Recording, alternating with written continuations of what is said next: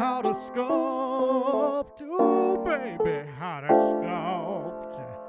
Yeah. Hi, I'm Mr. Pink, otherwise known as Modern Synthesist, and this is another How to Sculpt Miniatures tutorial.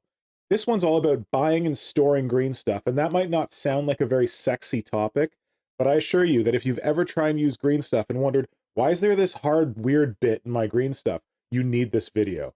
So check it out.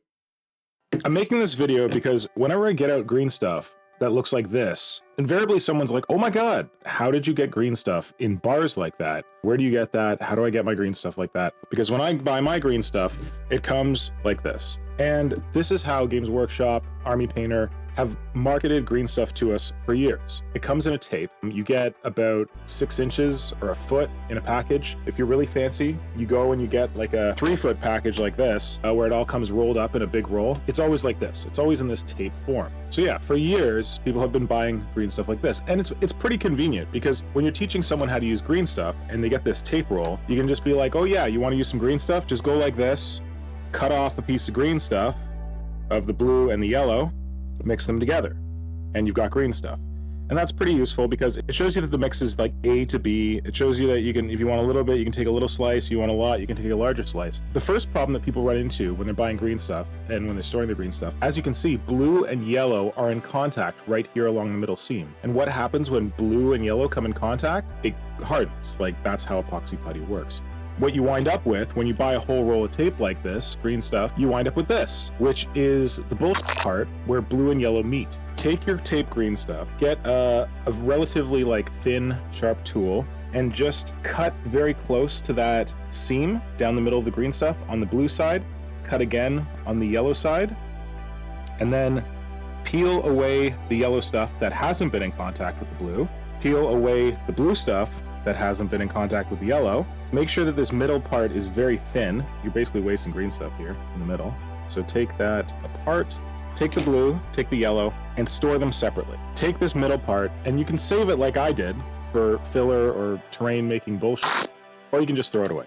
Even if you see some retailers, they'll be like, oh yeah, we're gonna sell you the green stuff tape already separated, where we already did the job and cut down the middle. This is actually a package that I bought like that. I bought it, quote unquote, separated, but because they separate it and then they put it right back in with the 2 pieces of tape side by side with a little gap in between, and then they store it on its side, eventually gravity means that those 2 pieces are touching. But if you don't already have green stuff tape and you're looking to buy some green stuff, I would highly recommend going out and buying green stuff. This is referred to as a kneadetite, epoxy, putty, green stuff in bar format, where you have a yellow bar and you have a blue bar. They're not touching. They've got a plastic wrap on the outside of them, both sides. One of the places that I've often got my green stuff from, these ones came from Gale Force 9. Gale Force 9 has distributors all over the world. And if you go to the Contact Us page on their website, they have a listing for all their distributors all over the world. And they come in the bar format. You pop them out. You got your A, you got your B, your blue and your yellow, and you can just combine them together. Another way to buy them is in this kind of packaging. This is pretty popular packaging. It says Kneadetite blue, yellow. The original green stuff. So the reason this says that it's the original green stuff is that this is made in the US by a company called Polymetric Systems Inc., PSI. This is the original manufacturer of green stuff. And when you buy green stuff from someone like Gale Force 9, they're repackaging the stuff that's made by PSI. So if you see it in this packaging, this is the legit OG stuff straight from the manufacturer. There's nothing wrong with stuff that comes from Gale Force 9. It's just been repackaged. You may have heard of a Spanish manufacturer who also does this.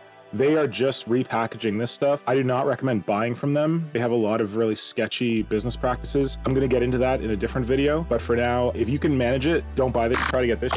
And if you're looking for where to get it, a great retailer in the United States is Greenstuff Industries. That's Greenstuff Industries. Greenstuff, all one word, then Industries. And I don't have any kind of business relationship with Greenstuff Industries other than the guy Rich who runs it is really kind. And for a separate video, he sent me some tentacle rollers that I could give away. Just because I really love his tentacle roller, I bought it for myself. I thought it was great and I wanted to share it with other people. So Rich sells this version of green stuff. Another place that I've heard about in the UK is called SYL Creates, like Sill Creates. They sell Magic Sculpt, they sell green stuff, Kneadetite.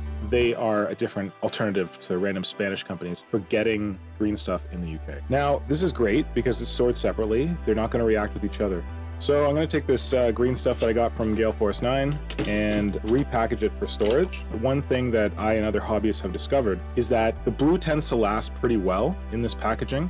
The yellow, however, it will actually react with this plastic wrap that it's encased in. So what you want to do is you want to take this plastic off. I've had this happen to my green stuff, both in the taped form that we were looking at before and in the bar form. If you leave this green stuff sitting for long enough, the outside layer of your yellow stuff is going to get hard. This has been sitting here for just over a year. Let's see, because like even touching this right now, yellow stuff is super sticky. Or the yellow side of green stuff is super sticky. You shouldn't comfortably be able to handle it with your hands without it feeling tacky. This is not sticking to my fingers at all. Let's take the cap off. This is again another annoying thing with the way this stuff's packaged. Because what happens is that the yellow stuff adheres to the paper on the bottom, and you might have to cut that off and throw that away as well. Already, we've got the exposed yellow stuff here. If I touch that, that's not comfortable to touch. That's sticking to my finger. I touch this, nothing. So I think that this yellow stuff has already started suffering from being in contact with the plastic wrap and that off-gassing process that has made the exterior hard. And this is what happens when a lot of people ask me, they're like, I mix up my green stuff and there's like weird hardened bits of yellow stuff in it. Why is that? It's because of this process. It's because the yellow has been in contact with that plastic wrap for too long, and the outside layer is actually setting. The good news is that if it gets bad enough, you can peel off the outside layer as if it were plastic itself. So what I'm doing here is slicing a seam to open this hard outer layer of yellow stuff, and I'm going to spread it out so that I can scoop out the interior parts that are still good. I'm going to put those in a new container. I'll explain what type of container to use and why it's important here in a bit. So I've carved out the insides of that bar of yellow green stuff, and this is honestly how much waste I have left over. But here's some green stuff that I just bought this month. We're going to take that plastic off like we did with the other bar. Oh, good news! This feels sticky immediately. Like you can see it's got a bit of that gloss on it. But let's see if I can show you a difference of how sticky this is. So this is the one we had before. Stick my finger in it. Comes right off. Doesn't even stick.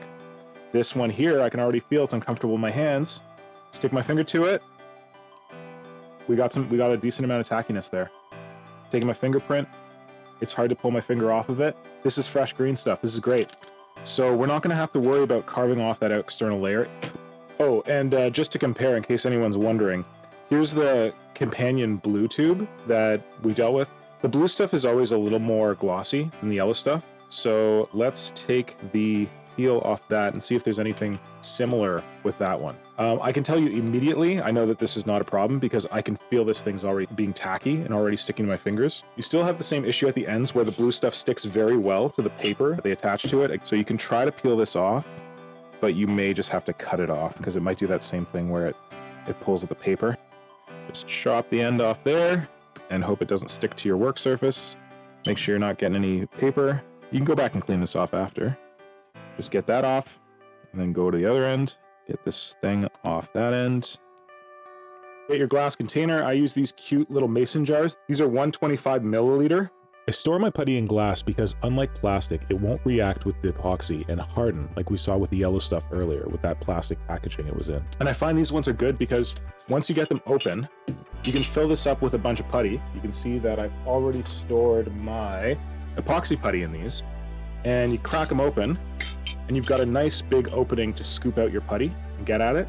My buddy Metalbeard Eric, he used a larger mason jar, like the more typical shape that has kind of like it goes in at the top. And I don't want to use those because I feel like it might be hard to get down inside, especially like a taller mason jar. You got to like dig down for green stuff down in the bottom, could get challenging. Whereas with these, you can get pretty easy access to all of the jar. And you can store a lot of green stuff in here. Like this is that whole blue bar that I just pulled out of that package. The Gale Force 9 bars are actually a little smaller than the ones that come in the other packages. You could fill this with like 2 full containers of green stuff in a 125 mil thing. That'll last you for a good long time. You'll have easy access to it. You don't need a giant jar or anything. Yeah, so definitely the glass is important when storing green stuff. You don't want it in contact with plastic for the reasons that we just saw with the yellow stuff. It should be airtight. I feel like in my experience storing epoxy putty, Aves Epoxy Sculpt has reacted more with air than I've found the Kneadatite epoxy putty, blue-yellow epoxy putty, to react with air. Not as much of an issue, but if you've got a mason jar, it's airtight anyway. You got the glass element, which you definitely need for the blue-yellow, and then the airtight element can't hurt. If you want to go extra, you can store it in your freezer. That should slow down the aging process or any kind of base level chemical reaction that's going on in there. The other thing that I need to mention, all that green stuff that I just plowed into that glass container, I just took out again because I realized that if you have green stuff of a bunch of different ages, you should probably make sure that the newest green stuff, when you're shoving it all into a jar like this, is on the bottom. And then you put your next newest green stuff, which is the stuff I just pulled off that bar, on top. And then you put your oldest crap green stuff on the top, so that as you dig down, you're getting to newer stuff. You know what I mean? You're using up the older stuff faster. This is the oldest I have, which I've had for a few years. This is the next oldest, and then this is the newest. So I want that to be the bottom so that it stays fresh down there. I don't want to flip it, use the good stuff, then the medium stuff, and then get to the bottom and find out it's all crap down there. Yeah, that's just something to consider. If you're repotting your green stuff from other storage containers into something like this, get your cleanest, goodest green stuff, shove in the bottom, which is what we're doing here. All right, so I got my yellow, I got my blue. Now I'm gonna stack the old stuff on top with the fresh stuff at the bottom, and I'm gonna seal them up with these handy dandy mason jars. The beauty of these things is that they also stack, so for easy storage, glass, so it's not gonna react with your putty, and easy to get into because they've got nice wide mouths. I hope this video was helpful to you. Check out my other sculpting tutorials and make sure to like and subscribe to see more content like this when it comes out. You can also support me on Patreon as it really helps me to keep creating content like this. If you have any questions about this video or about sculpting in general, let me know in the comments below. Happy sculpting!